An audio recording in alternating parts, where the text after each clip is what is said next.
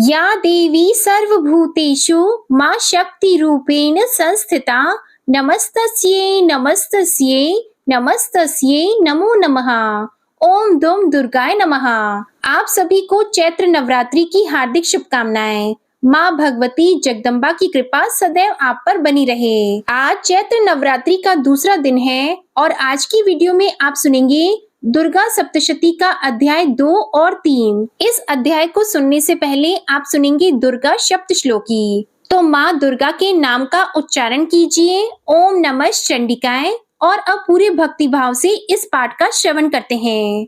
भगवान शिव जी बोले, हे देवी, तुम भक्तों के लिए सुलभ हो और समस्त कर्मों का विधान करने वाली हो।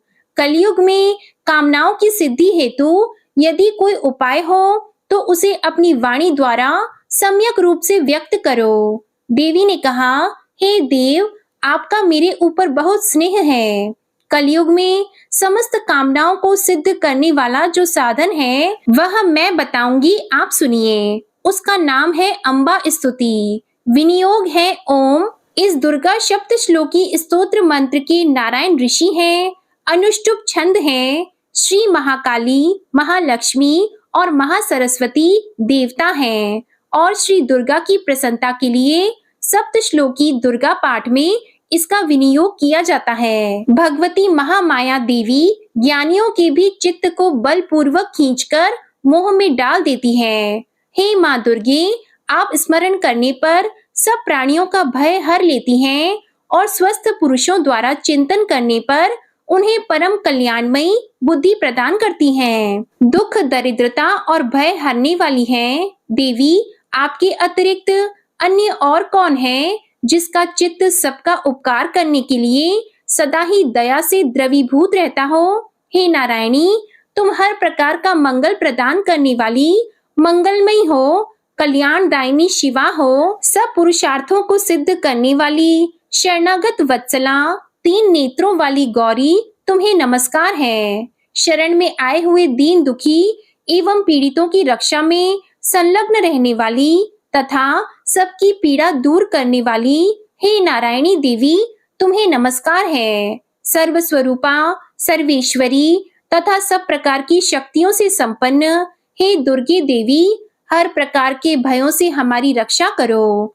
तुम्हें नमस्कार है। हे देवी, तुम प्रसन्न होने पर सब रोगों को नष्ट कर देती हो और कुपित होने पर मनोवांछित सभी कामनाओं का नाश कर देती हो। जो लोग तुम्हारी शरण में जा चुके हैं उन पर विपत्ति तो आती ही नहीं। तुम्हारी शरण में आए हुए मनुष्य दूसरों को भी शरण देने वाले हो जाते हैं। हे सर्वेश्वरी, तुम इसी प्रकार तीनों लोकों की समस्त बाधाओं को शांत करो और हमारे शत्रुओं का नाश करती रहो।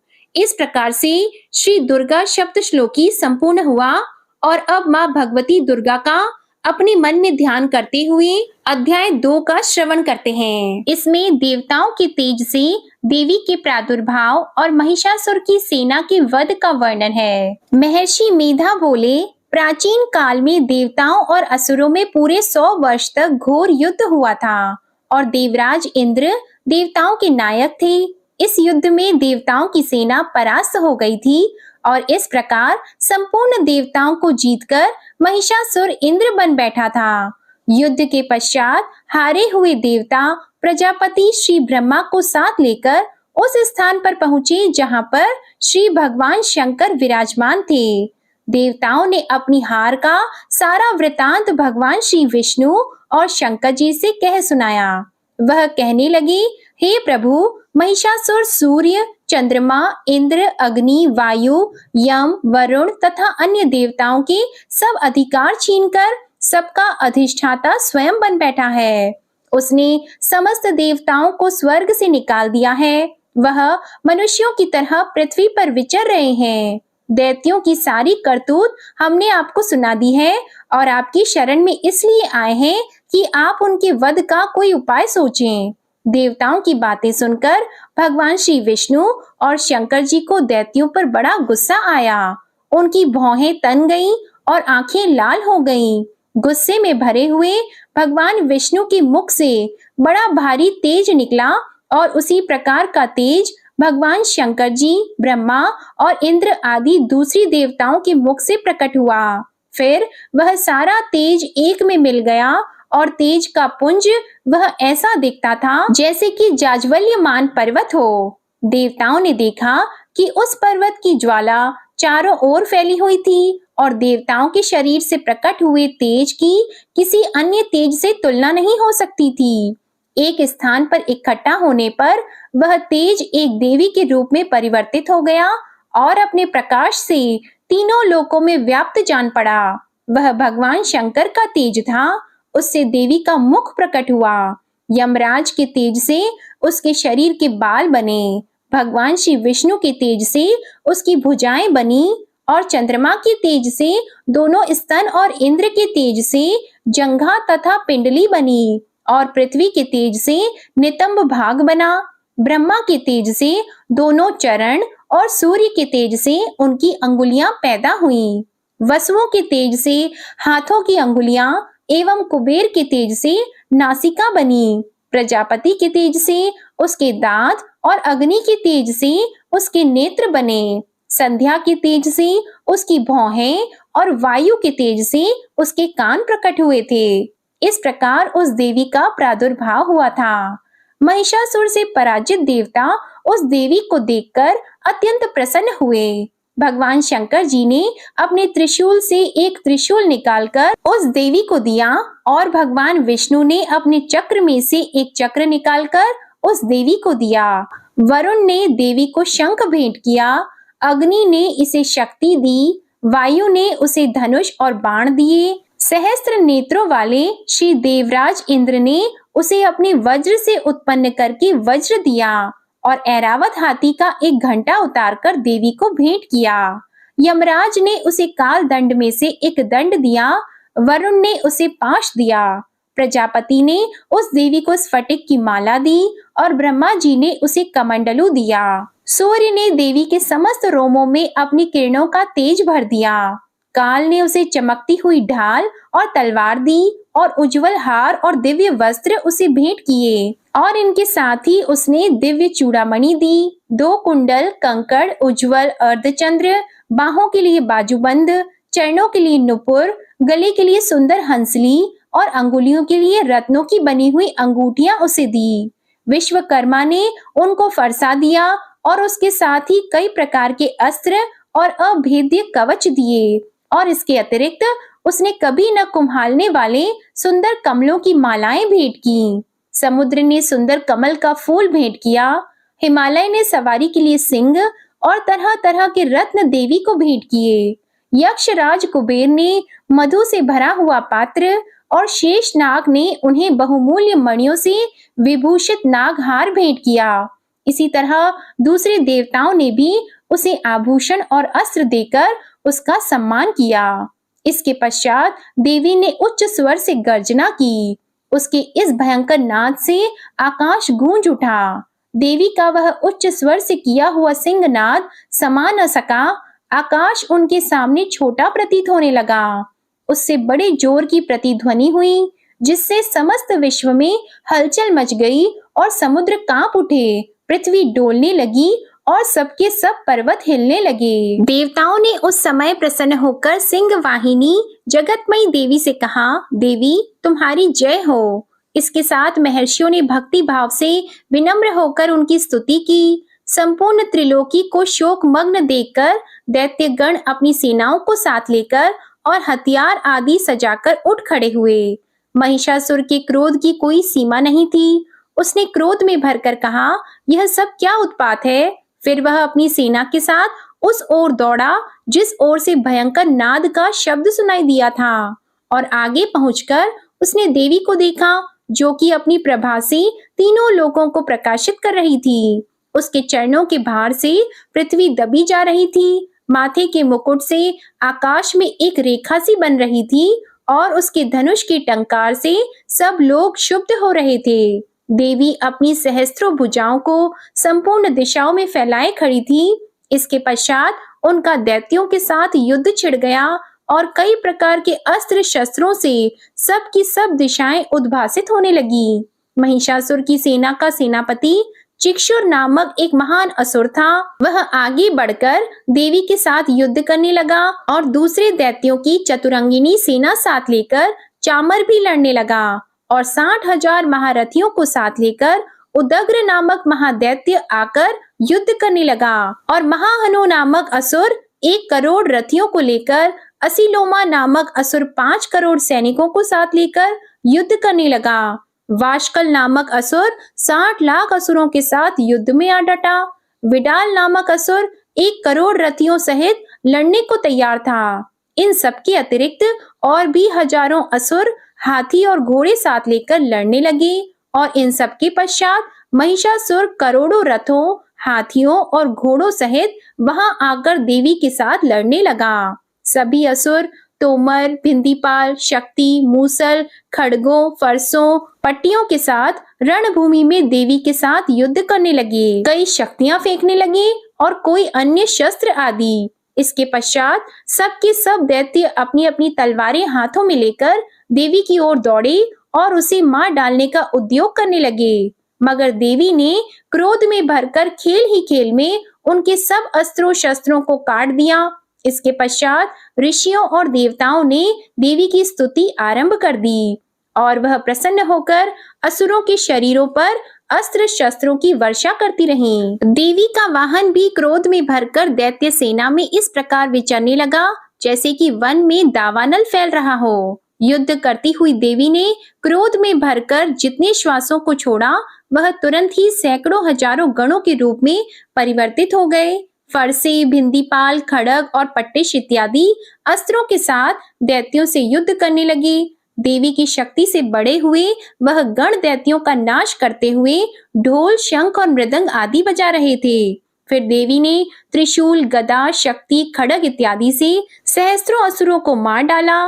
कितनों को घंटे की भयंकर आवाज से ही यमलोक पहुंचा दिया। कितने ही असुरों को उसने पास में बांधकर पृथ्वी पर धर घसीटा। कितनों को अपनी तलवार से टुकड़े टुकड़े कर दिए और कितनों को गदा की चोट से धरती पर सुला दिया। कई दैत्य मूसल की मार से घायल होकर रक्त वमन करने लगे और कई शूल से छाती फट जाने के कारण पृथ्वी पर लेट गए और कितनों की बाण से कमर टूट गई।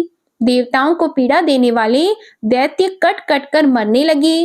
कितनों की बाहें अलग हो गईं, कितनों की ग्रीवाएं कट गईं, कितनों के सिर कटकर दूर भूमि पर लुढ़क गए, कितनों के शरीर बीच में से कट गए और कितनों की जंघाएं कट गईं और वह पृथ्वी पर गिर पड़े। कितने ही सिरों और पैरों के कटने पर भी भूमि पर से उठ खड़े हुए और शस्त्र हाथ में लेकर देवी से लड़ने लगे और कई दैत्यगण भूमि में बाजों की ध्वनि के साथ नाच रहे थे। कई असुर जिनके सिर कट चुके थे बिना सिर के धड़ से ही हाथ में शस्त्र लिए हुए लड़ रहे थे।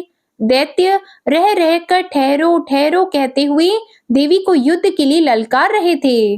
जहां पर यह घोर संग्राम हुआ था वहां की भूमि रथ, हाथी, घोड़े और असुरों की लाशों से भर गई थी और असुर सेना के बीच में रक्तपात होने के कारण रुधिर की नदियां बह रही थीं। और इस तरह देवी ने असुरों की विशाल सेना को क्षण भर में इस तरह से नष्ट कर डाला जैसे तृणकाष्ठ के बड़े समूह को अग्नि नष्ट कर डालती है।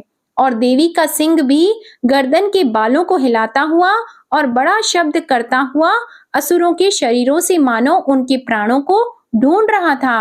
वहां देवी के गणों ने जब दैत्यों के साथ युद्ध किया तो देवताओं ने प्रसन्न होकर आकाश से उन पर पुष्पों की वर्षा की। जय माता दी। अब आप सुनिए श्री दुर्गा सप्तशती का अध्याय 3।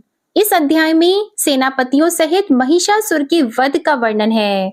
महर्षि मेधा ने कहा, महिषासुर की सेना नष्ट होती देखकर उस सेना का सेनापति चिक्षुर क्रोध में भरकर देवी के साथ युद्ध करने के लिए आगे बढ़ा। वह देवी पर इस प्रकार बाणों की वर्षा करने लगा मानो सुमेरु पर्वत पानी की धार बरसा रहा हो। इस प्रकार देवी ने अपने बाणों से उसके बाणों को काट डाला तथा उसके घोड़ों और सारथी को मार दिया। साथ ही उसके धनुष और उसकी अत्यंत ऊंची ध्वजा को भी काटकर नीचे गिरा दिया। उसका धनुष कट जाने के पश्चात उसके शरीर के अंगों को भी अपने बाणों से बींध दिया। धनुष, घोड़ों और सारथी के नष्ट हो जाने पर वह असुर ढाल और तलवार लेकर देवी की तरफ आया उसने अपनी तीक्ष्ण धार वाली तलवार से देवी के सिंह के मस्तक पर प्रहार किया और बड़े वेग से देवी की बाईं भुजा पर वार किया, किंतु देवी की बाईं भुजा को छूते ही उस दैत्य की तलवार टूटकर 2 टुकड़े हो गई। इससे दैत्य ने क्रोध में भरकर शूल हाथ में ले लिया और उसे भद्रकाली देवी की ओर फेंका। देवी की ओर आता हुआ वह शूल आकाश से गिरते हुए सूर्य के समान प्रज्वलित हो उठा। उस शूल को अपनी ओर आते हुए देखकर देवी ने भी शूल छोड़ा और महाअसुर के शूल के 100 टुकड़े कर दिए और साथ ही महाअसुर के प्राण भी हर लिए। चिक्षुर के मरने पर देवताओं को दुख देने वाला चामर नामक दैत्य हाथी पर सवार होकर देवी से लड़ने के लिए आया और उसने आने के साथ ही शक्ति से प्रहार किया, किंतु देवी ने अपनी हुंकार से ही उसे तोड़कर पृथ्वी पर डाल दिया। शक्ति को टूटा हुआ देखकर दैत्य ने क्रोध से लाल होकर शूल को चलाया, किंतु देवी ने उसको भी काट दिया। इतने में देवी का वह सिंह उछलकर हाथी के मस्तक पर सवार हो गया और दैत्य के साथ बहुत ही तीव्र युद्ध करने लगा।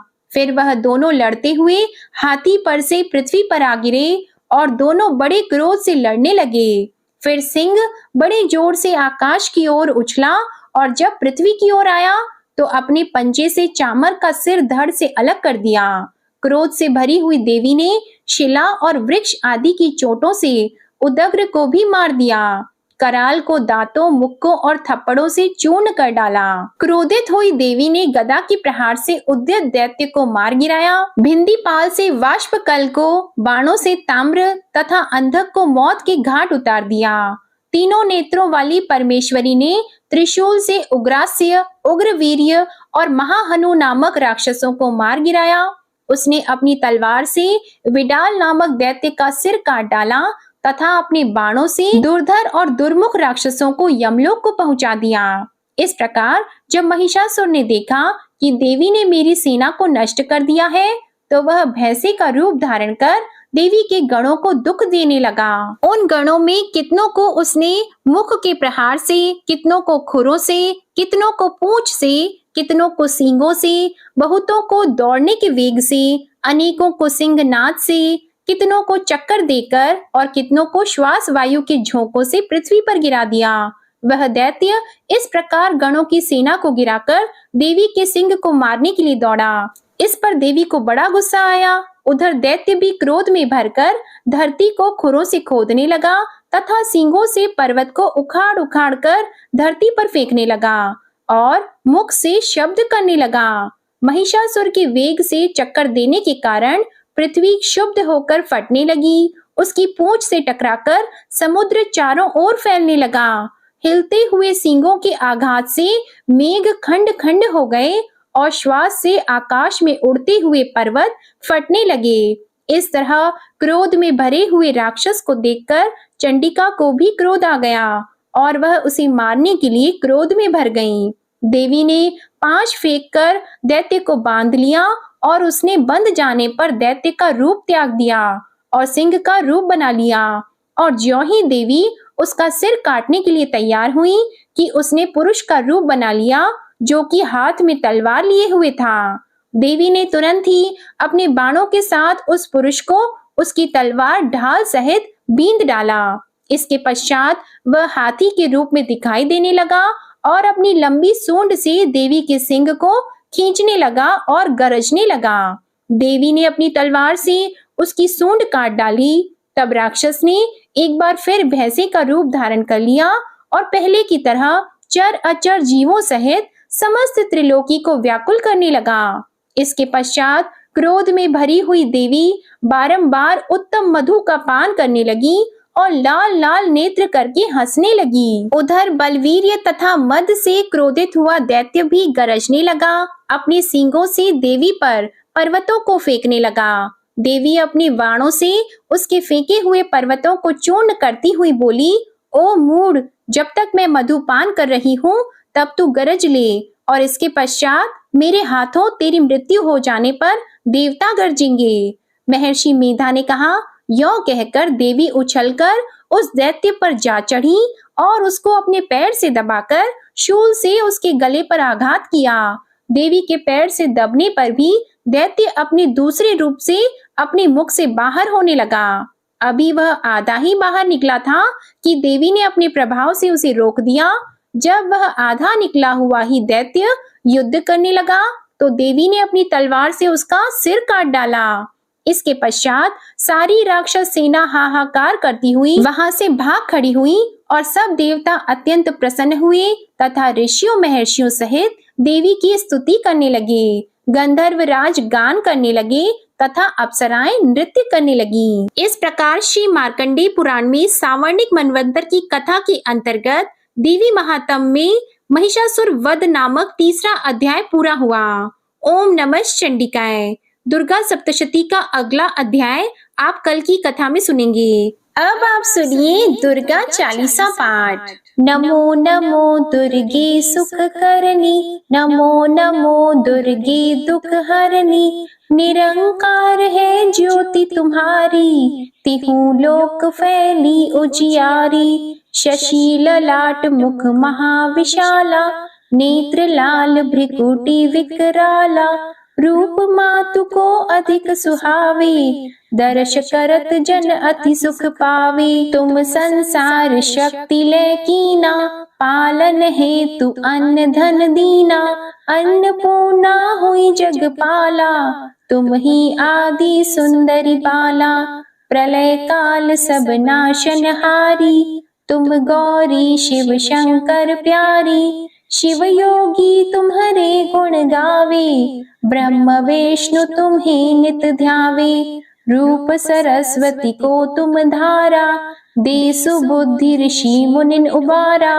धरयो रूप नरसिंह को अम्बा, परगट पई फाड़ कर खम्बा। रक्षा करी प्रहलाद बचायो, हिरण्याक्ष को स्वर्ग पठायो। लक्ष्मी रूप धरो जग माही, श्री नारायण अंग समाही। क्षीर संधु में करत विलासा, दया सिंधु दीजे मन आसा।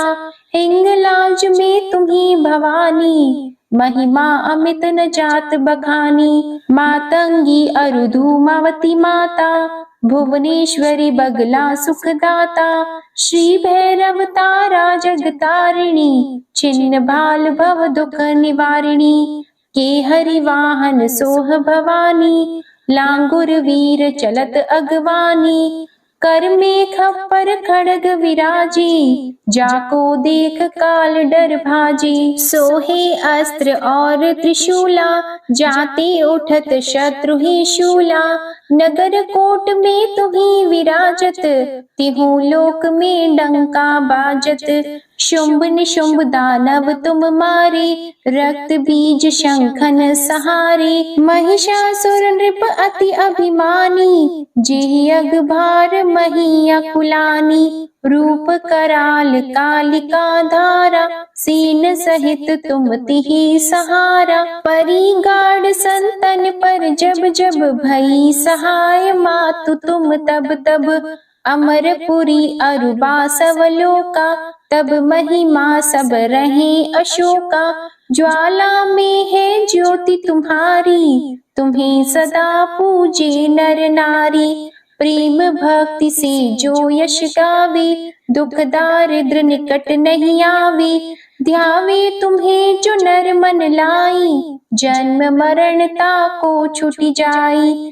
जोगी सुर मुनि कहत पुकारी, योग न हो बिन शक्ति तुम्हारी। शंकर आचारज तप कीनो, काम अरु क्रोध जिति सब लीनो। निश दिन ध्यान धरो शंकर को, काहु काल नहीं सुमिरो तुमको। शक्ति रूप का मर मन पायो, शक्ति गई तब मन पछतायो। शरणागत हुई कीर्ति बखानी, जय जय जय जगदम्बा भवानी। भई प्रसन्न आदि जगदम्बा, दई शक्ति नहीं कीन विलंबा। मोको मातु कष्ट अति घेरो, तुम बिन कौन हरे दुख मेरो। आशा तृष्णा निपट सतावे, मोह मदादिक सब बिनशावे। शत्रुनाश कीजे महारानी, सुमिरो एक चित तुम्हें भवानी। करो कृपा हे मातु दयाला, रिद्धि सिद्धि दे करहु निहाला। जब लगी ज्यों दया फल पाऊं, तुम्हरो यश मैं सदा सुनाऊं। दुर्गा चालीसा जो कोई गावे, सब सुख भोग परम पद पावे। देवी दास शरण निज जानी, करहु कृपा जगदम्बा भवानी। श्री दुर्गा चालीसा समाप्त होती है। प्रेम से बोलिए माँ अम्बे की जय। उम्मीद है आपको आज का अध्याय पसंद आया होगा। अगर पसंद आए तो वीडियो को लाइक, शेयर और कमेंट में माँ भगवती की जय जरूर लिखिएगा और चैनल को भी सब्सक्राइब करिएगा। जय माता दी।